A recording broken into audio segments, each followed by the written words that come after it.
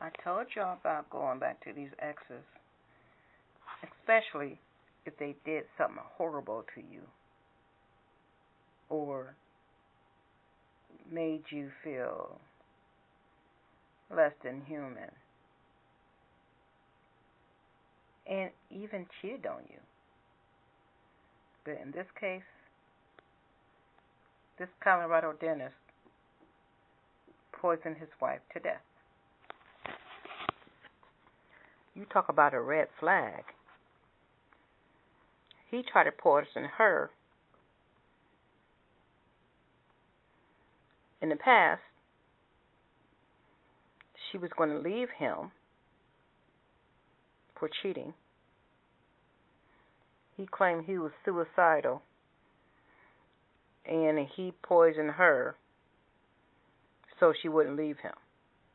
That was the first time, or the first time she knew about it. This time, she was not so lucky. James Toliver Craig, a Colorado dentist, was arrested a few days ago on charges of first-degree murder. He was having an affair and wanted to live a new life with his mistress, or lover as they call it. He searched online for ways to kill her. He said he asked, how long does it take for poison to take effect? And what kind of drugs can you get to poison a person? Or something like that. He was making his wife's protein shakes, and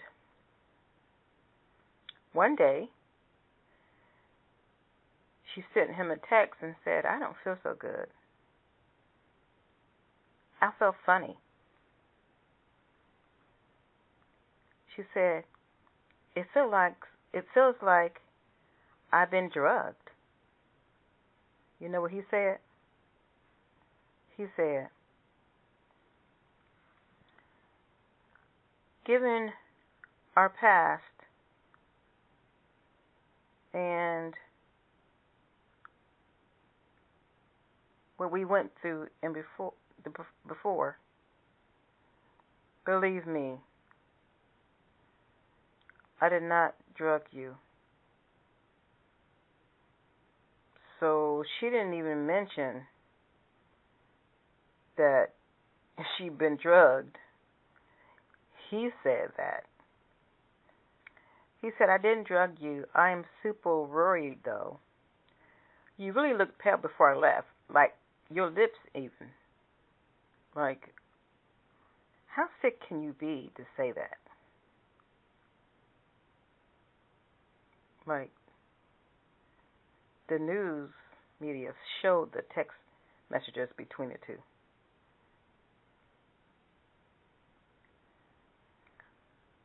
Craig's sister told the investigators the marriage was rocky because Angela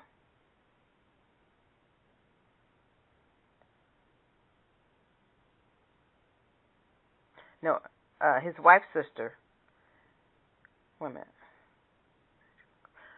Yes, his wife's sister told investigators the marriage was rocky because Angela told her that her husband previously drugged her because he was planning to attempt suicide, and he didn't want his wife to be able to stop him. Okay, if you want to commit suicide,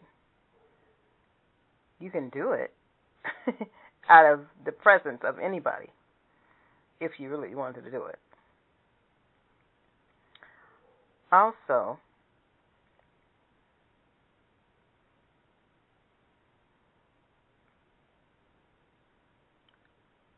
the FBI was told FedEx to intercept any drugs or any shipment that came in. So on March 6th, he ordered oleandrin, a toxic plant extract. So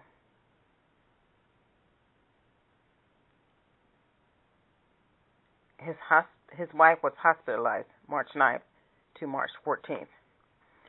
So the extra drugs he ordered that was stopped by FedEx, he didn't need them because she was already on her deathbed. Crazy. So his wife was hospitalized again from March 9th through March 14th. During that time, her husband, the crazed dentist, ordered a highly lethal chemical, potassium cyanide, which was delivered to his dental practice.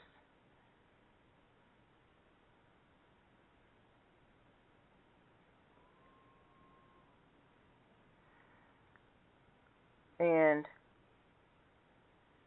his business partner noticed that the chemical arrived at the office.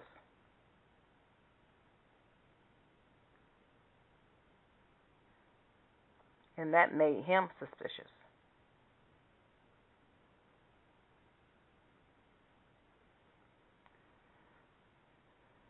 So, with his information and all the other pieces of information, they put all that together and had the timeline of when the crazed dentist ordered these poisonous chemicals and the timeline of his wife's death.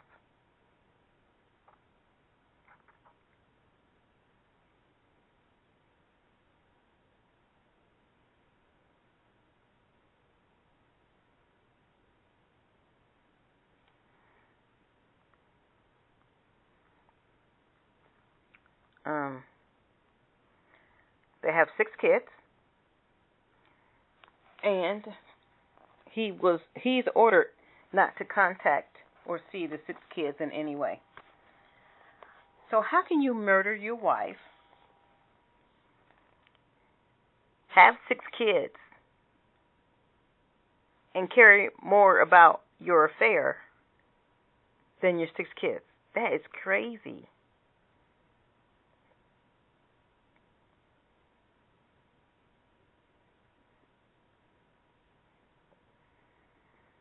So he ordered the poisons and provided her the poisons that aligned with her hospital symptoms. Like, that is crazy. So he had all this plan. I wonder, well, he must have been having an affair the first time he poisoned her, because he claimed he was suicidal, but he poisoned his wife so she couldn't stop him from taking his own life, supposedly.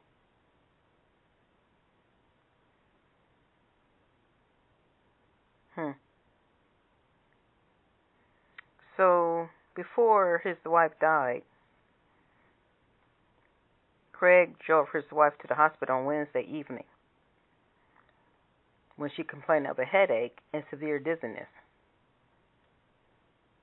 Soon after she arrived at the hospital, she had a seizure, and her health declined rapidly before she was even placed on life support.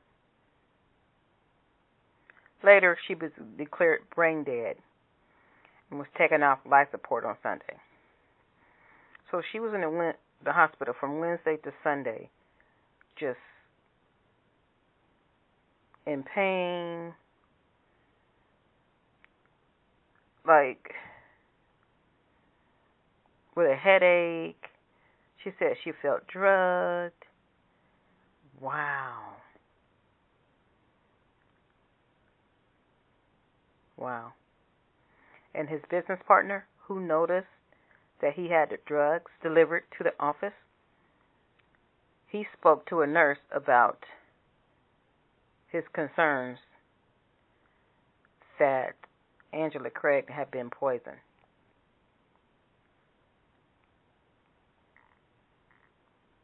Because the package that was delivered to Craig in the office, it was a canister that had a biohazard sticker and a potassium cyanide label on it.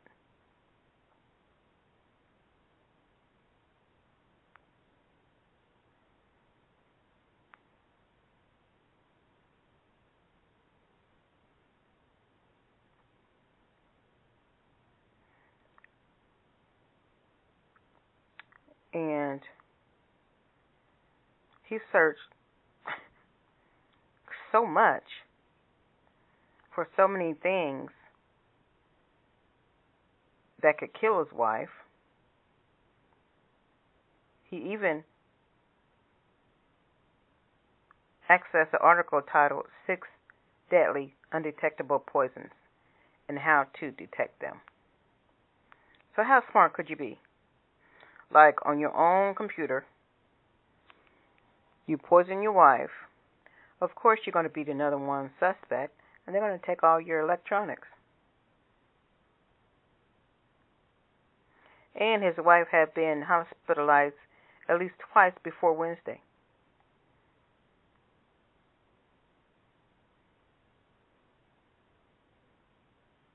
So,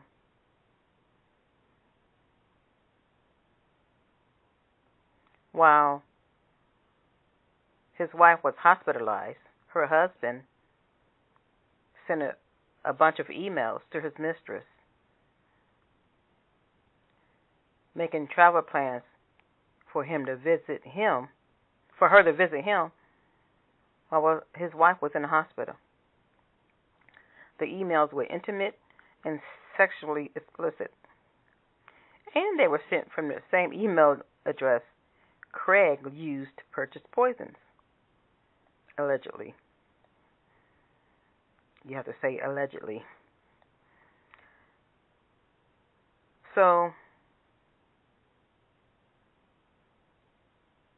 after he was arrested, he made his first appearance in court on Monday, the day after his wife died, and he remains in custody without bond. So, men, women, whoever, there's a reason why you leave your ex. There's a reason why relationships don't work out. There's a reason why the relationships don't get past a certain phase. We all see red flags, but we ignore them. We try to make excuses for them, especially us women. And then when the man comes back and begging, I'm sorry, I didn't mean to. Us women have this soft spot. We feel bad for people. Maybe he's changed. Maybe I'll give him another chance. It'll be better for the kids if we get together. We have to stop making those excuses, men and women. Because if you knew your husband or wife poisoned you in the past,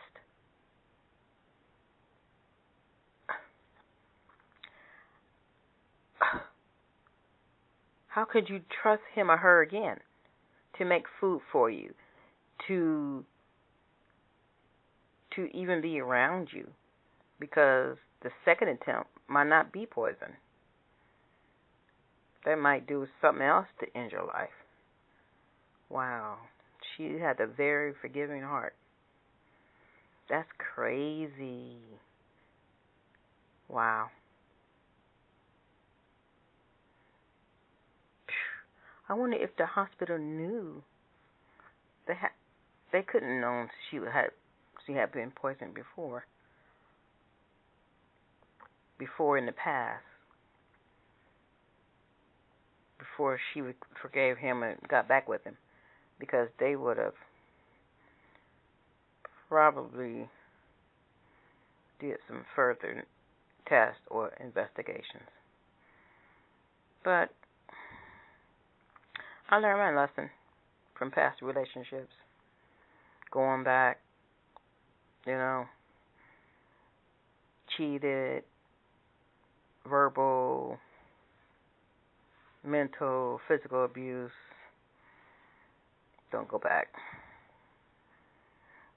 They may have changed, but you don't want to risk it, because why would you go back to that misery? Why would you go back to the misery? Do you have to think about that?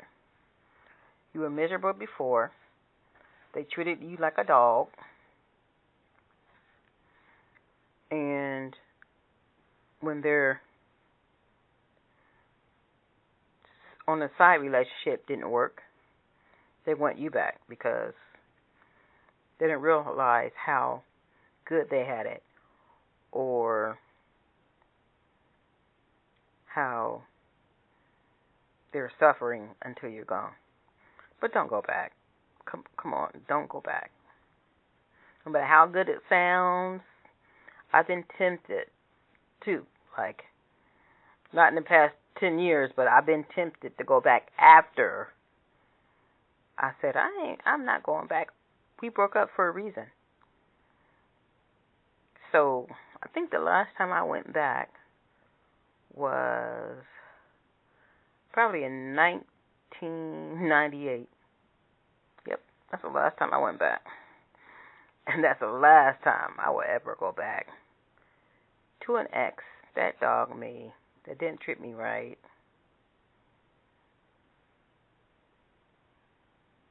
So be careful of those red flags. When you see them, don't ignore them. Don't make excuses for them. Move forward and seek happiness. Until next time.